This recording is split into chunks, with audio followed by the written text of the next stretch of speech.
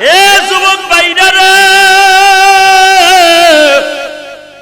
জুনাইদ বাগদাদি ঘুম থেকে জায়গায় লাভ শুরু করছে, মালিক তুমি কই গো,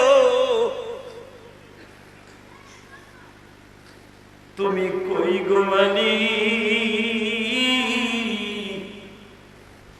কত গুণা করছি আমি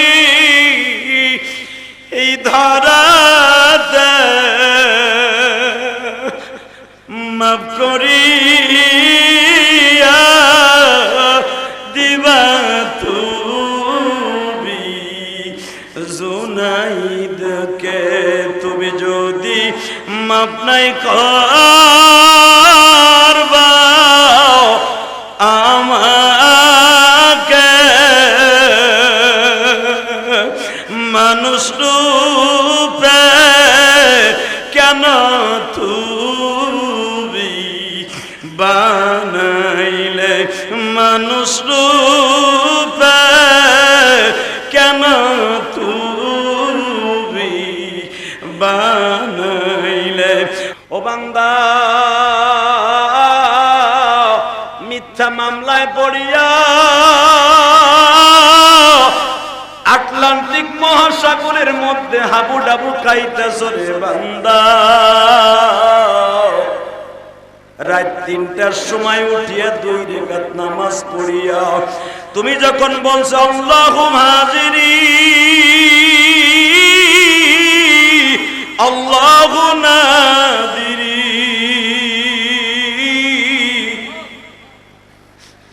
ওই রাতের ডাক যদি আমি ঘুমাইতাম তোর ডাকটা কে শুনতো? এইটা বাদ দে রে বান্দা, তুই যখন বিপদে পড়িয়া তুই কারো কাছে নালিশ দিলে নেয় না, তুই যখন আমারে ডাক দাস যদি ওই সময় আমি ঘুমায়া থাকি তোর ডাক কে শুনবো? বান্দা এখানে শেষ না, তোর বয়স মাত্র 1 দিন বা 2 দিন বা 6 মাস 1 বছর, তোর মাও ঘুমায়, তোর বাবাও ঘুমায়, তোর হাতখানা তোর পিঠের নিচে পড়িয়া গেছে, তোর মাও জানে না বাবাও জানে না। আমি আল্লাহ যদি ওই সময় ঘুমায়া থাকতাম তুই আর কোনোদিন বাঁচতি না। আমি তোরে দেখে রাখার জন্য জীবনে 24 ঘন্টার ভিতরে 1 সেকেন্ড ঘুমাই না। আমি হলাম রব, আমি হলাম তো সব। জোরে করেন মারহাবা। তো জুনাইদ বাগদাদির কাছে কোরআনে আয়াত পড়তেছে, হে বলতেছে মিয়া তোমার এই কোরআনের ওয়াজ শোনার লাগি আমি হেনা হিনে আইছি কুস্তির মাঠে, কুস্তির কথা কও। তুমি যদি মরে যাও আমার ঘুষি খায়া, কোনো দাবি নাই তো, সরকারি ভাবে কোনো দাবি নাই তো? ওই জাবের ইবনে আব্দুল্লাহ বলে ইউহি ওয়া ইউমিতুহু আলা কুল্লি শাইইন কাদির। সুবহানাল্লাহ। বাইতে যায় কইেন না, বোর কোলের মধ্যে যে কইেন আরো ভালো। এই জুনাইদকে কি বলতেছে? ইউহি ওয়া ইউমিত ওয়া হুয়া আলা কুল্লি শাইইন কাদির। এই জুনাইদ, মৃত্যুর মালিক যিনি, হায়াতের মালিক, জোরে বলেন। জুনাইদ বাগদাদি কয় প্রত্যেক কথায় তুমি কোরআনের দোহাই দাও মিয়া, সব জায়গায় কোরআনের দোহাই চলে, সব জায়গায় কি কোরআনের দোহাই চলে? তুমি আসবা কুস্তির প্রতিযোগিতায়, তুমি কইবে আমার কথা, কোন কোয়ালিটিতে কুস্তি করবে এইটা বলবা, তুমি এইগুলা বলতেছো কেন? বলে জুনাইদ রে, তুমি যে বললা যে তুমি মরে গেলে দায় কে? মৃত্যুর মালিক যিনি, হায়াতের মালিকও তিনি। যদি আমি মরে যাই কেউ লাগবে না, উনি আমাকে নিয়ে যাবে। ক্রীড়া মন্ত্রীর কাছে পুরা সব রেডি হইবার পরে শুরু হবে এখন কুস্তির প্রতিযোগিতা। যেই জুনাইদের সাথে কুত্তায় কথা কয়, মনে আছে? কথা বলেন না কেন? আরো জোরে বলেন। তো একটা মদখোর, বাগদাদের ভিতর সবচেয়ে স্পেশালিস্ট, গ্রেড দাওয়া ওয়ান পিস মদখোর, সে যদি এত বড় বুজুর্গ হতে পারে, আজকে আল্লাহর ওলির মাজারে বসে ওয়াদা করেন জীবনে সব গুনাহ বাদ দিয়া আল্লাহ আজ থেকে আর গুনাহ করব না, আপনি আমারে মাফ করে দেন, আপনিও আল্লাহর ওলি হয়ে যাবেন। কি পারেন কি পারেন না? টাকা নাই দিকে। জুনাইদ বাগদাদি বললেন ঠিক আছে, তাহলে মৃত্যু হয়ে গেলে দায়ী নাই, এখানে সাইন দাও। অপারেশন থিয়েটারে যাওয়ার আগে কিন্তু আপনাকে সাইন দিতে হয়, আমি মরে গেলে ডাক্তার দায়ী না, সরকার দায়ী না। যখন এই কথা বলা হইল, সুন্দর করে দরখাস্ত দেওয়া হইল, আল্লাহর ওলি আমি যদি মারা যাই আমার জন্য কোনো দায় কেউ নাই। কুস্তির প্রতিযোগিতা যখন শুরু হবে, ইন দি মিন টাইমে হঠাৎ করে দেখা যাইতেছে মামা জলদি বইতে হইব, ডিস্টার্ব করা যাবে না, শামু ভাই খুব তাড়াতাড়ি, ওয়াশ করবার মাত্র 10 মিনিট, অতএব কোনো কথা বলা যাবে না, অল্প সময়ের ভিতরে শেষ করে দিবে। আল্লাহ কবুল করুক, জোরে করে আমিন। আরো জোরে বলেন আমিন। মাজার কমিটির অধিকাংশ মানুষরা চলে আসছে, দোয়া করেন এদের জন্য, দোয়া করেন এদের জন্য, আল্লাহ যেন এই মাজারটাকে আরো সুন্দর পবিত্র করে দেয়, জোরে করে আমিন। তা আমি বেশি খুশি হইছি যেখানে থেকে যে গাঞ্জার যে একটা মেলা মিলত ওইটা বিদায় নিছে। আল্লাহ এদেরকে আপনি হায়াত লম্বা করেন, জোরে করে আমিন। আস্তে আস্তে সব ভালো হয়ে যাবে, কারণ হাসনাবাদ একটা ভালো জায়গা, ইমানি উর্বর শক্তির জায়গা, এখানে আল্লাহ কবুল করবে। ইমানি শক্তি নিয়ে তওবাতিল্লাহ করে ইমান নিয়ে আমরা পড়তে পারবো ইনশাআল্লাহ। জুনায়েদ বাগদাদি বলতেছে আমার কোনো দাবি তো বানাই, মরে গেলে তুমিও দাবি নাই আমিও দাবি নাই। এবার জাবের ইবনে আব্দুল্লাহ বলতেছে জুনায়েদ কথা বলবো, আমি তো তোমার সাথে কুস্তির মাঠে মাঠে নামবো, খেলা খেলবো, কুস্তি হবে, কিন্তু সবচেয়ে বড় একটা কথা জুনায়েদ আমার পরিচয় টাকা একটু নাও। তোমার পরিচয় আবার কি? পরিচয় তো দরখাস্তর মধ্যে আছে না জুনায়েদ, এর সাথে আমার আরেকটা ছোট্ট পরিচয় আছে। কি? আনা আলেম। আরবি বলছি তো মনে বোঝেন নাই, সাথে সাথে বলছে আমি আলেম। সুবহানাল্লাহ। আনা কুরাইশি, আমি কুরাইশ বংশের একজন মানুষ। জুনায়েদ আমার আরেকটা পরিচয় আছে, আমার বাবা আমার দাদা কাবা ঘরের ইমাম ছিলেন। আরো জোরে বলুন সুবহানাল্লাহ। যত জোরে বলবেন, আপনি যত বড় গুনাহগার হন না কেন, আল্লাহ কারো চেহারার দিকে তাকায় মাফ করবে না। ইন্নাল্লাহা লা ইয়ানজুরু ইলা সুওয়ারিকুম ওয়ালাকিন ইয়ানজুরু ইলা কুলুবিকুম। রাসূল কি বলেছেন বুখারীতে? হে বান্দা, আমি তোমার চেহারা দেখে, টাকা দেখে, ক্ষমতা দেখে মাফ করব না, আমি মাফ করব তোমার অন্তর দেখে। কথা বলেন না কেন? যখন বলছে এ জুনায়েদ আমার ছোট্ট আরেকটা পরিচয় আছে, আমার দাদা আমার বাবা কাবা ঘরের ইমাম ছিলেন। জুনায়েদ বলে ভাইরে মা পৌঁছাই দোয়াও চাই।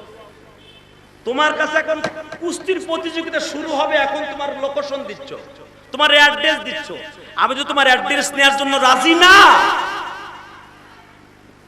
আমি এখন রাজি, তোমার কোন কোয়ালিটিতে মারবো ওই কোয়ালিটিতে আমি রাজি। জুনায়েদ আরেকটা কথা বলবো, কি? ফাআম্মাল ইয়াতীমা ফালা তাকর ওয়া আম্মাস সাইলা ফালা তানহার ওয়া আম্মা বিনি'মাতি রাব্বিকা ফাহাদ্দিস। আবার বিশ্বনবী বলেছেন এতিমরা যদি কোনোদিন কারো কাছে কিছু হাত পাতে তারে খালি হাতে ফিরিয়ে দিও না, কারণ আমার নবী ছিলেন ছেলে এতিম। পৃথিবীতে আমার নবীর মতো এতিম পৃথিবীতে কেউ নেই। এখানে যারা বাবাকে হারিয়েছেন আপনার মতো অসহায় পৃথিবীতে কেউ নেই। আপনার টাকা আছে, পয়সা আছে, আপনার শক্তি আছে, চেহারা আছে, কিন্তু আপনার বাবা মা নাই, আপনার মতো হতভাগার কেউ নেই। কারণ কি জানেন? কারণ কি জানেন? আপনি হয়তো হজ 2 বার 5 বার 10 বার করবেন টাকা থাকলে, কিন্তু এই গরিব মানুষগুলো যাদের বাবা মা আছে, অথবা আপনি ধনী, যতবার ঘরে যাবেন, যতবার বাবার দিকে একবার তাকাবেন, একটা কবুল হতে সওয়াব হবে। যতবার মার দিকে একবার তাকাবেন, একটা কবুল হতে সওয়াব হবে। এইটা যাদের নাই, ওর মতো পুরা কপাল আর কেউ নাই। এই কাবুসান রহমাতুল্লাহ আজকে ওলি হইছে, ওনার পুঞ্জি কি আছে দেখার বিষয় না, ওনার ইতিহাস আমি কিছু জানি। উনি একমাত্র ওলি হইছে ওনার মায়ের দোয়া।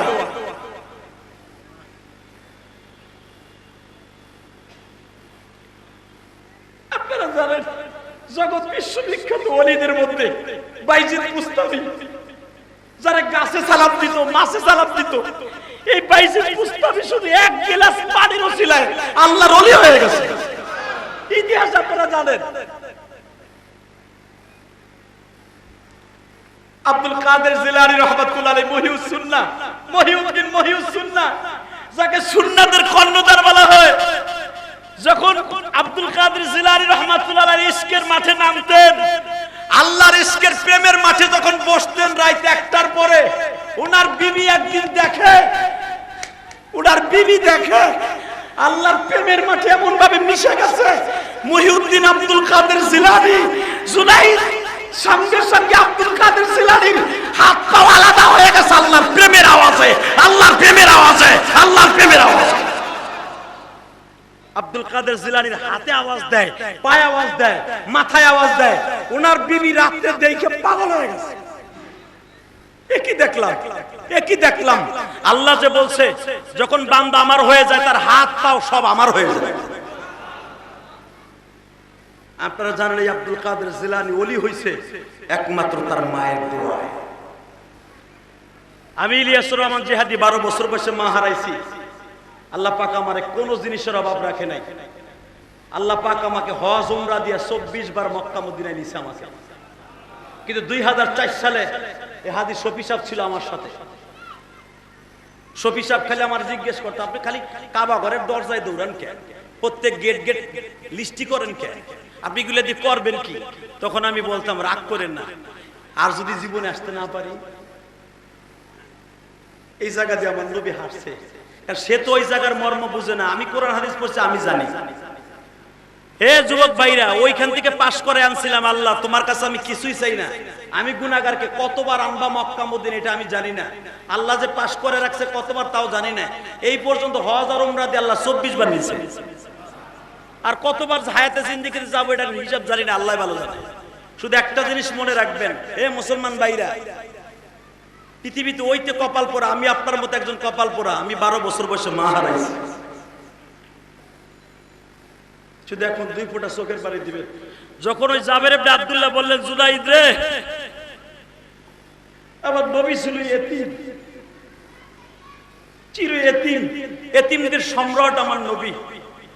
আমার নবী সারা জীবন মা মা বলে কাঁদছে, বাবা বাবা বলে কাঁদছে। আমার নবীর কান্নার একটা ইতিহাস আপনাদের সামনে হাদিস থেকে বর্ণনা করি। দেখেন আপনার ভিতরে মায়ের ভালোবাসা একটু জন্ম নেয় কিনা। আপনি শিল্পপতি হতে পারেন, কোটিপতি হতে পারেন, কোন একদিন যদি আপনার মায়ের বর্গ আপনার অ্যাকাউন্টে থেকে থাকে, এই হাসি, এই গাজী, এই আলেম, এই জালেম, মায়ের বর্গ যদি কারো অ্যাকাউন্টে থাকে, একটা কুত্তার দাম আছে, ওই হাজী ওই মৌলানার দাম নাই। কথা বলেন না কেন? আরো জোরে বলেন।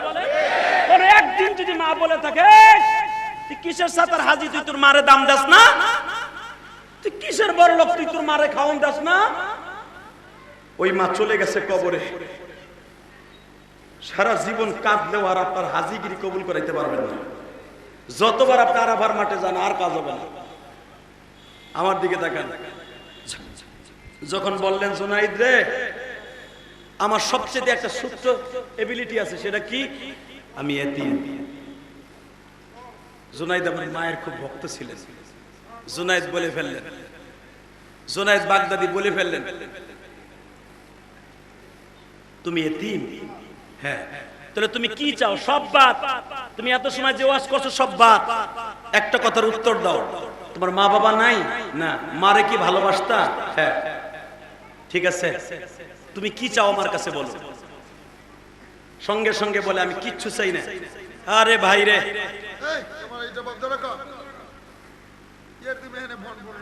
আলহামদুলিল্লাহ কবুল করেন দরকার। আমিন। আমার ভাই বোঝে না, হয়তো জরুরি ফোন ছিল। ভাইরা আমার দিকে তাকান।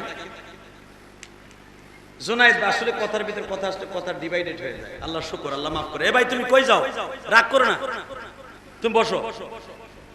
তুমি এখন কি কষ্ট পেয়ে যাইতেছো? আচ্ছা ঠিক আছে, আমার দিকে তাকান। সবাই আমার দিকে তাকান। ভালো কাজের ভিতর শয়তান ধোঁকা দিবে। হয়তো ভাইয়ের এই জন্য একটা জরুরি ফোন আসছিল, আল্লাহ তার জরুরতকে পুরো করে দিবে। এ যুবক ভাইরা দিকে তাকান। জুনাইদ বাগদাদি বলে, তুমি কি চাও? তুমি যখন মায়ের ভক্ত, এটা কও আমি মার ভক্ত, পৃথিবীর সব অলিরা মার ভক্ত, সব পৃথিবীর সব নবীরা মার ভক্ত, বলো তুমি এর বিনিময়ে কি চাও? বলে, জুনাইদ রে, আমার 4টা মাইয়া, 4টা মেয়ে বিয়ের উপযুক্ত, আমি বিবাহ দিতে পারি না।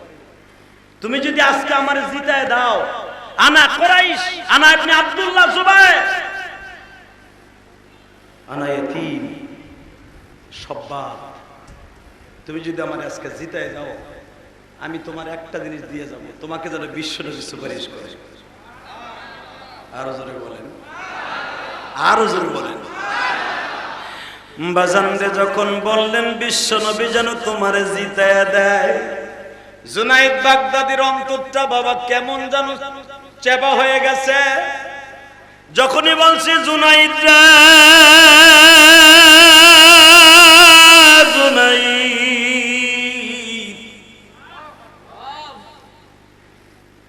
আনা কওমে কুরাইশি আনা ইবনে আব্দুল্লাহ, আমি নবীর বংশের মানুষ। তুমি যদি আমার নবীর প্রেমের দিকে তাকাইয়া, এতিমের দিকে তাকাইয়া একটাবার যদি তুমি আমারে জিতায় দাও রে জুনাইদ বাগদাদি, আমি তোমার সাথে ওয়াদা করলাম আমার বিশ্ব নবী রাতের অন্ধকারে তোমার সাথে দেখা দিবে। জুনাইদ বাগদাদি বলে, কথা তোমার পাক্কা? কয় হ্যাঁ। আমার সাথে বিশ্ব নবী দেখা দিবে? কয় হ্যাঁ। আনা আলেম, আমি বলে গেলাম, মান আহাব্বা সুন্নাহ ফাকাদ আহাব্বানি, মান আহাব্বা কওমি ফাকাদ আহাব্বানি। বিশ্ব নবী বলেছে, যারা আমার একটা সুন্নাতকে আদায় করবে, আমার বংশের মানুষকে ভালোবাসবে। মান আহাব্বা কওমি মান আহাব্বা সুন্নতি, দুটোটা আছে। আমার বংশের একজন ইমানদার কওমদেরকে যারা ভালোবাসবে, বেঈমানদেরকে না। এই জন্য বিশ্ব নবী বলছে, তুমি মক্কায় আসবা, কিন্তু তোমার দেশে যাইয়া মক্কা মদিনার বদনাম বলা যাবে না। কেন? মক্কায় তো আবু জেহেল জন্ম নিছে, মক্কার মানুষের বদনাম তোমার দেশে যে বলবা না। হ্যাঁ, আবু জেহেলের বদনাম বলবা, যারা কোরআন বিরোধী তাদের বদনাম বলবা, কারণ আমার মক্কা মদিনার মাটির বদনাম তুমি বলতে পারবে না। যারা ইমানদার তাদেরকে ভালোবাসলে আমার বংশের মানুষদেরকে আমি নবী ভালোবাসবো। যখন এই কথা বলছে, জুনাইদ বাগদাদি বলে, আমার জীবনে বহুতবার স্বর্ণের মেডেল নিছি, যা কোরবানি দিয়ে দিলাম। যদি নবী আমার সাথে দেখা দেয়, যাও এতিম নবী যদি দেখা দেয়, আমি তোমার জিতাই দিব। সুবহানাল্লাহ বললেন না? আর যুবক ভাই, তোমার জিন্দেগি এরকম হতে পারে। কাবুসান শাহ রহমাতুল্লাহ আলাইহি যদি তার মায়ের দোয়া আজকে এত বড় হতে পারে, সেও যদি আলেমকে ভালোবেসে হতে পারে। আর ওলি কোনোদিন আলেমকে ভালো না বাইসা কোনোদিন ওলি হওয়া যায় না। কথা বলেন না কেন? জুনাইদ বাগদাদি দেখেন কি করে, 32 বছর বয়স জুনাইদ, এত বড় টল ফিগারের মালিক, এত বড় উঁচা লম্বা মানুষ, এত বড় 9 ফিট উঁচা জুনাইদ বাগদাদি, টল ফিগার, ইরাকের মানুষ তেমনি লাল সুন্দর। ইন দি মিন টাইমে যখন বলা হইল, আপনি আমারে জিতাই দিবেন, বিশ্বনবী দেখা দিবে, ঠিক আছে যা, আমার সব বাদ, তোরে আমি আজকে জিতাই দিব। 1000 টাকা তুই গরিব হিসাবে আমি তোরে দান করে দিব, তোর কাজায় হাজার পুরো হয়ে যাবে, আমি নবীর ভালোবাসা পাবো। কোন প্রসেসে তুমি আমার আসার মারবা? 2 জন লাগবো, তোমার গলা আমি হাত দিব, তোমার পায়ের মাঝখান দিয়ে পাউডার ঢুকাই দিব, একটা কলা গাছের মতো মোচড় দিয়ে তোমার ফেলে দিব, তুমি অভিনয় করে পড়ে যাবা, আমি জিতে যাব। জুনাইদ বাগদাদি বলে, তুমি কি জানো এই 8 বছর ধরে আমি এই মাঠের থেকে ফার্স্ট প্রাইজ নিয়ে যাই। আমি যখন তোমার মতো মানুষের কাছে হেরে যাব, আমার অবস্থা কি হবে? জাবের ইবনে আব্দুল্লাহ বললেন, তুমি দুনিয়ায় হেরে যাবা, আখিরাতে জিতে যাবা। আরো জোরে করুন। বাজান, এই কথা বলতে দেরি আছে। জুনাইদ বাগদাদি বলতেছে, ঠিক আছে আমি অভিনয় করে হেরে যাব। ও বাজান, প্রথম যখন জুনাইদ বাগদাদিকে জমিনের সাথে মিলিয়ে দিলেন, জুনাইদ বাগদাদিকে যখন জমিনে ফেলে দিলেন, ইন দি মিন টাইমে দেখা যায় গো বাবা, গিলারির সব মানুষগুলা কেউ বলে মানি না, মানবো না। জুনাইদের মধ্যে একজন কুস্তিবিদ কোনোদিন একজন এত এমন মানুষের কাছে পরাজয় বরণ করতে পারে না। এই কথা বলতে দেরি আছে। বাজান রে, একে একে 3 বার যখন জুনাইদকে জমিনের সাথে ধরাশায়ী করে দিয়েছে, জাবের ইবনে আব্দুল্লাহ হাত উঁচা করে বলে, মালিক, যেই লোকটা তার নিজের নিয়ামতকে আরেকজনকে বিলায় দিতে পারে, বিশ্ব নবীর পুরস্কার তার নসিব করে দিও। জুনাইদ বাগদাদি মুখটা কালো হয়ে গেল। সব মানুষগুলা জুনাইদের জামা ধরে টান দেয়, কত টাকা ঘুষ খাইছো জুনাইদ, কত টাকার বিনিময়ে ফার্স্ট প্রাইজ ইরাক থেকে বিদায় করে দিলাম মক্কায়। ও জুনাইদ, তোমার মতো যদি একই কোয়ালিটির মানুষ হয়তো মেনে নিতাম। একবারে পাতলা মানুষ, এই মানুষটার কাছে কোনোদিন তোমার পরাজয় বরণ হওয়ার কথা নয়, কেন তুমি এই লোকটার কাছে পরাজয় বরণ করলে? জুনাইদ বাগদাদি বলে, আমি যা দেখেছি তোমরা তা দেখো না। সবাই প্রবঞ্চনা দিল জুনাইদকে। যুবক ভাইরা, মুখটা কালো করে জুনাইদ বাগদাদি কুস্তির প্রতিযোগিতার মাঠ থেকে বিদায় লয়ে জুনাইদের বিবিও তারে বৎসনা দিয়ে বলে, তোমার মতো কাপুরুষের ঘর আমি করব না। জুনাইদের বন্ধু বান্ধব বলে, তোর মতো বন্ধু লাগবে না যে দেশের নিজের দেশের ইজ্জত তুই রাখলি না, তুই পরাজয় বরণ করবি তোর মতো একটা লোকের করতি, তুই এমন একটা লোকের কাছে পরাজয় বরণ করলি যেটা মেনে নেয়ার মতো নয়। জুনাইদ বলে, আমি এক জায়গায় পরাজয় বরণ করছি, আর এক জায়গায় মওলাই জিতায় দিবে। এ যুবক ভাইরা, জুনাইদ বাগদাদি ঘরের ওয়ালের সাথে পিঠ লাগায়া যখন জুনাইদ বাগদাদি চিন্তা করতেছে, কুরাইশ বংশের মানুষটা আমাকে বলে গেল বিশ্বনবী আমার সাথে দেখা দিবে, কখন দেখা দিবি আমার সাথে, আমি তার সান্নিধ্য লাভ করব। নবীর প্রেম লইয়া জুনাইদ বাগদাদি বাবা বিছানার উপরে ঘুমায়া গেছে। এখন এমন জোরে আওয়াজ দিবা, কোনোদিন কোন ওয়াজের মাঠে বসে আওয়াজ দেও নাই রে ভাই। জুনাইদ বাগদাদি রাতের অন্ধকারে ঘুমায়া গেছে, ঘুমের ঘরে আমার বিশ্বনবী জুনাইদের বিছানায় হাজির হয়ে গেছে। জুনাইদ বাগদাদিকে হাত দুটা বিছায় বলে, জুনাইদ রে,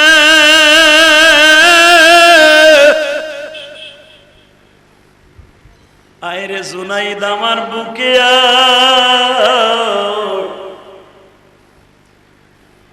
আমি নবীর বংশের মানুষকে তুমি ভালোবেসেছো,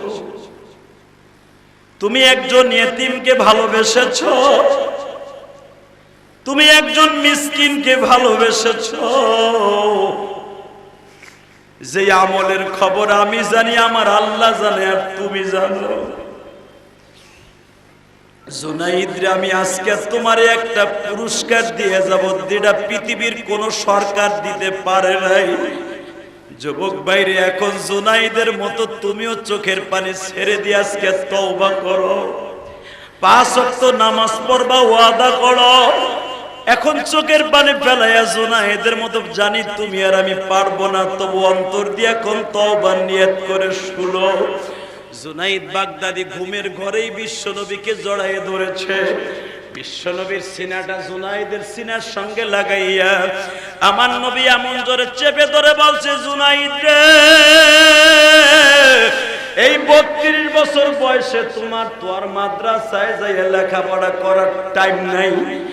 আমি নবী তোমারে আমার অন্তরের ভিতরে, সিনার ভিতরে ইলমে লাদুনী যেটাকে বলা হয়, যে ইলমে লাদুনীর দ্বারা বাবা মাদ্রাসায় পড়ে যেটা হাসিল করা যায়, এটা স্বপ্নের ভিতরেও কিন্তু পাওয়া যায়। এদের মধ্যে জুনাইদ বাগদাদি একজন। বিশ্বনবী জুনাইদকে বুকের মধ্যে চাইপা ধরে বলে, ও মালিক, আমার জুনাইদকে আমার বুকের 30 পারা কোরআন পালসেল করে দাও। এ যুবক ভাইরা রে, জুনাইদ বাগদাদি ঘুম থেকে জায়গায় লাভ শুরু করছে, মালিক তুমি কই গো, তুমি কই গো মালিক, কত গুণা করছি আমি এই ধরাতে, মাফ করিয়া দিবা তুমি জুনাইদকে, তুমি যদি মাফ নাই করবা আমাকে, মানুষ রূপে কেন তুমি বানাইলে, মানুষ রূপে কেন তুমি বানাইলে। ও আমার হাসতাবাতি গুরি, এই কুরিয়ার ভাইরা, জুনাইদ বাগদাদি রাস্তা দিয়ে দৌড়াইয়ার বলে, ও যুবক ভাইরা, আমি কুস্তিবিদ যদি আজকের জামানায় নবীর স্বপ্নে দেখতে পারি গো, তোমরাও যদি জানের চাইতে নবীরে বেশি ভালোবাসো, তোমার বাড়ির দরজায়, তোমার বিছানায় বিশ্ব নবী চলিয়ে যাবে। ও আমার যুবক ভাইরা, কয়েকটা জিনিসের দ্বারা তুমি আল্লাহর ওলি হয়ে যাইতে পারবা। এক নম্বরে চোখের পানি ছাড়া কোনোদিন আল্লাহর ওলি হওয়া যায় না। দুই নম্বরে নামাজ ছাড়া ওলি হওয়া যায় না। তিন নম্বরে বাবা মা বাবার দোয়া ছাড়া আল্লাহর ওলি হওয়া যায় না। আল্লাহু আকবার জোরে বলো। বিশ্বনবী মসজিদে নববীর ভিতরে ইশারের নামাজ পড়ে বাবা রাত 11টার সময় মা আয়েশা সিদ্দিকা বলেন, মিশকাত শরীফের মধ্যে লম্বা চওড়া হাদিসখানা পাবেন। ইশারের নামাজ পড়ে বিশ্বনবী সবাই মসজিদ থেকে বাড়ি চলে গেছে, আমার নবী বাড়ি যায় না। মা আয়েশা বলেন, নবী আমার ঘরে আসে না কেন? ঠান্ডা পানি দিয়ে শরবত বানাই রেখেছে, নবী আমার ঘরের মধ্যে যায় না। নবী কেন যায় না আপনি শুনলে এখনো আমার মা ভক্ত ভাইরা, টাকা পয়সার মালিক হইতে পারবা, মায়ের দোয়ার মালিক কয়জন আছে আমি জানি না। আমি ইলিয়াসুর রহমান জিহাদি, বাংলাদেশের এমন কোন ডিস্ট্রিক্ট নাই আল্লাহ আমাকে নেয়। এই পর্যন্ত 14টা কান্ট্রিতে আল্লাহ আমাকে নিয়েছেন গো বাবা। শুধু একমাত্র কিসের কারণে? টাকার অহমিকায় না, ইলমের গৌরবে নয় বাবা। আল্লাহ পাক যদি কোনো আমলে নিয়ে থাকে সেটা হলো আমার জনম দুঃখিনী মায়ের দোয়া। আমি আপনাকে বলে যাব, এই কামুচান রহমাতুল্লাহ আজকে তারে আপনারা দোয়া করেন, তারে ভক্তি করেন। এই লোকটারে কিয়ামতের মাঠে তো আপনারা দেখতে পারবেন। পৃথিবীতে যত ওলি আসবে বাবা সবার সাথে সবার দেখা হয়ে যাবে। আপনি জাহান্নামে যান আর জান্নাতে যান, রোজে মাহশার ইয়াউমা নাদউ কুল্লা উনাসিম বিইমামিহিম, আল্লাহ ডাক দেবে আপনার ইমাম সহ কিয়ামতের মাঠে। আল মারউ মাআ মান হাব্বা, আপনি যার সাথে মোহাব্বত রাখছিলেন তারে সহ আল্লাহ ডাক দিবে। আল্লাহু আকবার বলো। আপনি যারে ভালোবাসছিলেন তার সাথে আল্লাহ আপনারে ডাক দিবে। এখন আপনি ভালোবাসার বন্ধু কারে বানাবে আপনি চিন্তা করে দেখেন। বিশ্বনবী সবাই ঘরে গেছে, নবী যায় না।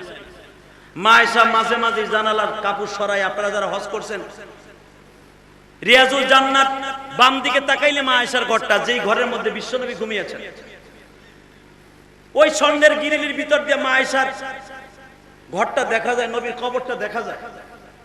ও ভাইরা, মা আয়েশা জানলার কাপড় সরায় মাঝে মাঝে দেখে সব মসজিদে নববী ফাঁকা, সবাই চলে গেছে, নবী আসে না কেন?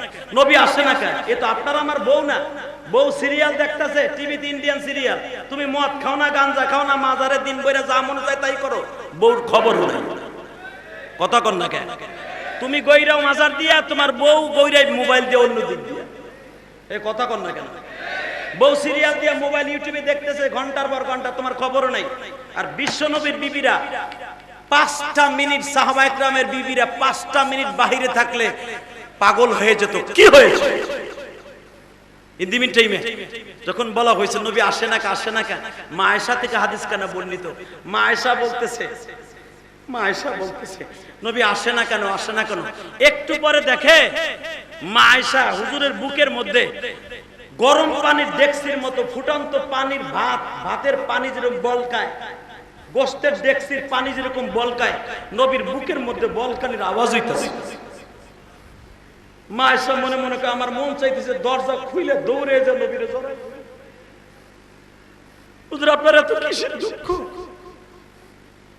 আপনাকে আল্লাহ ডিক্লার দিয়েছে, ওয়ামা আরসালনাকা ইল্লা রাহমাতাল লিল আলামিন।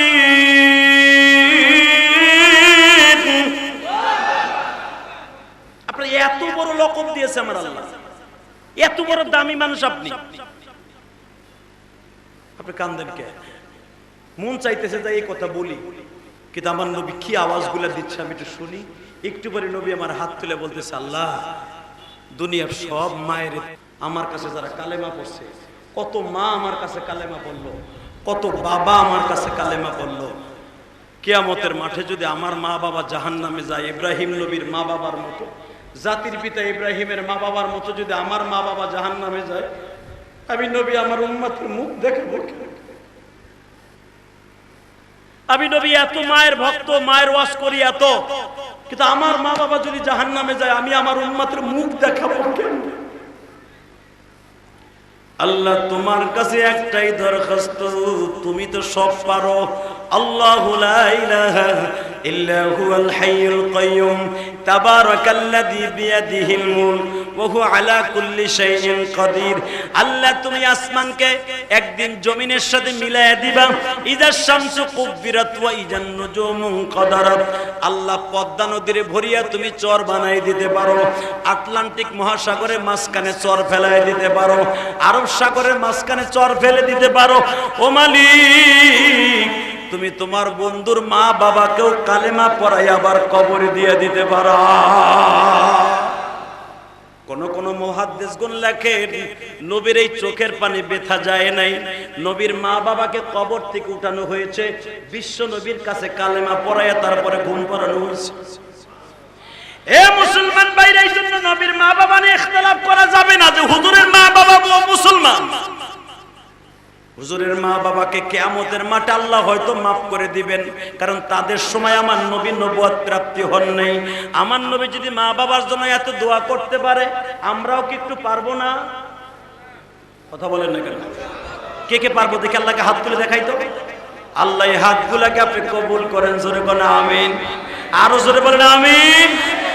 তাহলে তিনটা জিনিস, চারটা জিনিস আপনি আজ থেকে সংগ্রহ করে নেবেন। এক নম্বরে হলো 5 ওয়াক্ত নামাজ পড়তে হবে। রাজি আছেন না নাই? কে কে রাজি আছেন? দেখে আল্লাহকে হাত তুলে দেখান তো। আল্লাহ আপনি দেখেন তো আমার বাইরে নামাজ পড়বে, আল্লাহ কবুল করেন, জোরে বলেন আমিন। আল্লাহ সবার হাতকে কবুল করেন। হে ফরাত, তুমি উঠাও না কেন? আমি তোমার অনেক ভালোবাসি, আল্লাহ কবুল করেন, জোরে বলেন আমিন। 5 ওয়াক্ত নামাজ পড়তে হবে। রাজি আছেন না নাই? এই মেয়ের দিকে তাকান, দুনিয়ার ক্ষমতা দুনিয়ায় থাকবে, কথা ঠিক না ঠিক? এই যে নাজিমউদ্দিন চেয়ারম্যান সাহেব শুয়ে আছে, এদিকে তাকান। নাজিমউদ্দিন চেয়ারম্যান সাহেব এমন একটা সময় ছিল হাসতাবাদে, তার সবাই মনে করত আজকে এতিম হয়ে কবরে শুয়ে রয়েছে। আজকে বাংলাদেশে যারা ক্ষমতায় আছে তারাও একদিন এতিম হয়ে পড়ে থাকবে, কথা ঠিক না বেটে? তুমি আর আমি একদিন এতিম হয়ে পড়ে থাকবো। হয়তো তুমি ইন্তেকালের পরে 10 জন মানুষ তোমার ভালো বলে দোয়া করবে, না হয়তো তুমি খারাপ কাম করে গেলে 10 জন মানুষ বরদোয়া করবে যে বদমাইশটা মরছে, এলাকা ঠান্ডা হয়েছে। কথা কন না কেন? দোয়া তো দুইটা, একটা ভালো একটা খারাপ। এখন তোমারটা তুমি কামাই করে যাও। তুমি যদি 5 ওয়াক্ত নামাজি হইয়া সত্যিকার ওলিদেরকে ভালোবাসবেন, কিন্তু নাজায়েজ তরিকায় না, নাজায়েজ তরিকায় না। পৃথিবীর যত ওলি দেখবেন একজন নামাজ ছাড়া ওলি হয় না। এ কথা বলে না কেন? নামাজ ছাড়া পৃথিবীর কেউ ওলি হয় নাই। নামাজ লাগবে কি লাগবে না? তাহলে আপনি যদি ওলিরে ভালোবাসেন, নামাজ লাগবে কি লাগবে না? 2 নম্বরে নামাজ পড়তে, 1 নম্বরে নামাজ পড়তে হবে। 2 নম্বরে সবচেয়ে ভালো জিনিস যেটা, সেটা হলো আপনার ঈমান আমল ঠিক রাখতে হবে। 3 নম্বর যেটা, মা বাবার খেদমত করতে হবে। আল্লাহ সবার নামাজকে কবুল করুক, সকলের মা বাবাকে কবুল করুক, জোরে বলেন আমিন। আরো জোরে বলেন আমিন। তাহলে এখন যারা বলে জান্নাতে যেতে হলে নামাজ লাগবে না, আমার অন্তর ঠিক আছে, এই লোকটার কথা ডাইরেক্ট কুত্তা মার্কা কথা। কথা কন না কেন? আপনি কি জানেন কুকুরও নামাজ পড়ে, কুকুরও ইবাদত করে? কুকুর কখন করে জানেন? আপনার মসজিদে ইমাম সাহেব যখন আজান দেয়, দেখবেন সবাই ঘুমায়, কুকুর কিন্তু ঘুমায় না। ও সারা রাত সারা দিন আপনার বাড়ি পাহারা দিয়ে, আপনার রাস্তা পাহারা দিয়ে আপনারে বাঁচাবার চেষ্টা করে। হালাকে কুকুরের জন্য কাচ্চি বিরিয়ানি আল্লাহ নিযুক্ত করে নাই। কুকুরের জন্য বিরিয়ানি খাওয়ার পরে পায়খানা বইটা তার জন্য স্পেশাল খাবার। আর বিরিয়ানি খাওয়াইতেছে আল্লাহ আপনাকে, আর আপনার বিরিয়ানির পায়খানা খাওয়াইতেছে কুকুরকে। হালাকে কুকুর দেখেন আপনার আমার সাথে কত সুন্দর ডিউটি পালন করে মালিকের, সারা রাত মালিকের ইবাদত করে। আর তুমি ফজরের আজান শুনেও ঘুমাও। আমি আপনাদের 2টা পাও ধরে বলি, ফজরের আজান শোনার পরে যদি কেউ বিছানে ঘুমায় থাকে, আবার আল্লাহ এত কষ্ট পায়, এত কষ্ট।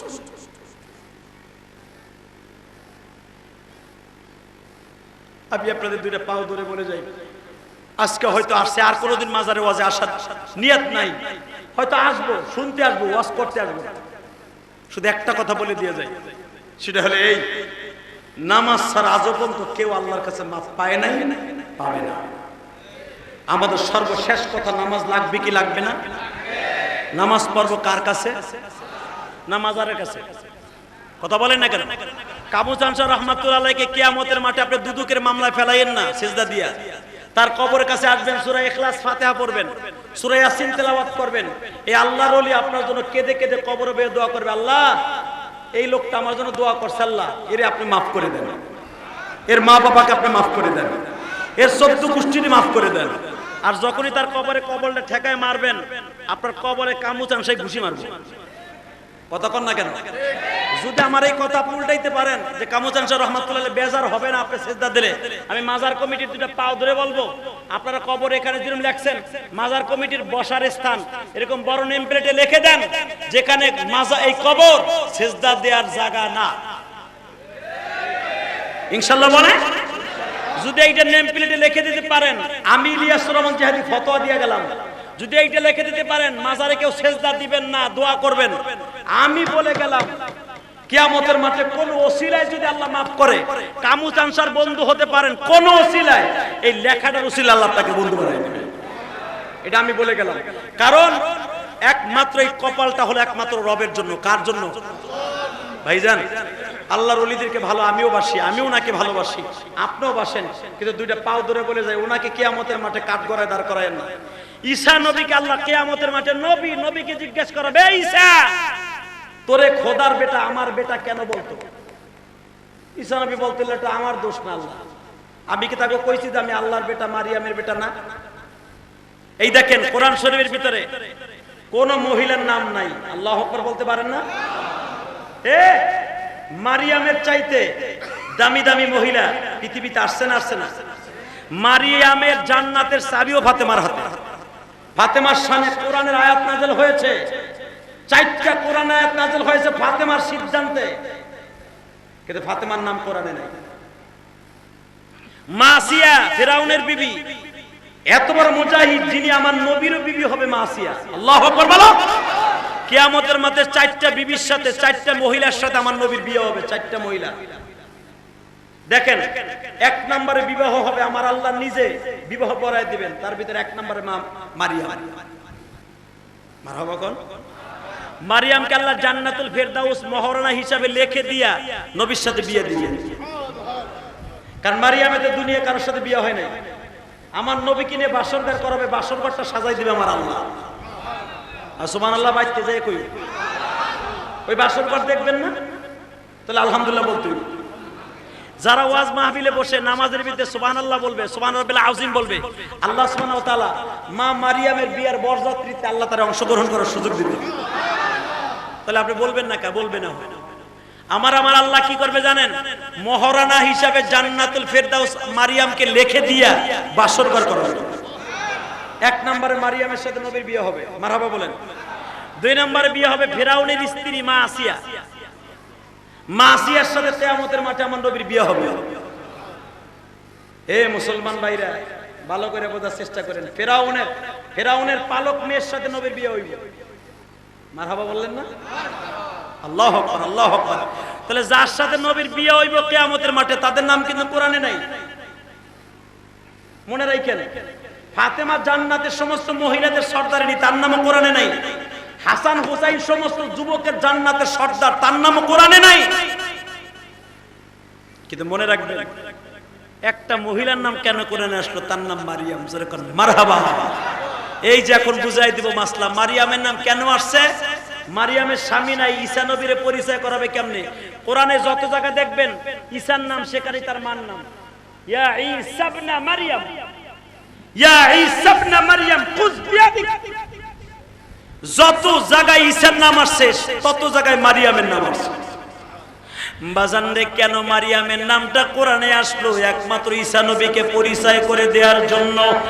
এ ভাইরা, কারণ ওই জামানায় ঈসা নবীরে খোদার বেটা বলতো। আল্লাহ সব জায়গায় কোরআনে বলছে ঈসা ইবনে মারইয়াম, এখানে বলা হয় না ঈসা ইবনুল্লাহ। আল্লাহর বেটাই কথা বলে না, ঈসা ইবনে মারইয়াম, মারিয়ামের পোলা ঈসা। কারণ ওই জামানার মানুষ ঈসারে আল্লাহর বেটা বলতো, এই জন্য আল্লাহ ডাইরেক্ট ঈসা নবীর ইনজিল কিতাবে বললেন ঈসা ইবনে মারইয়াম।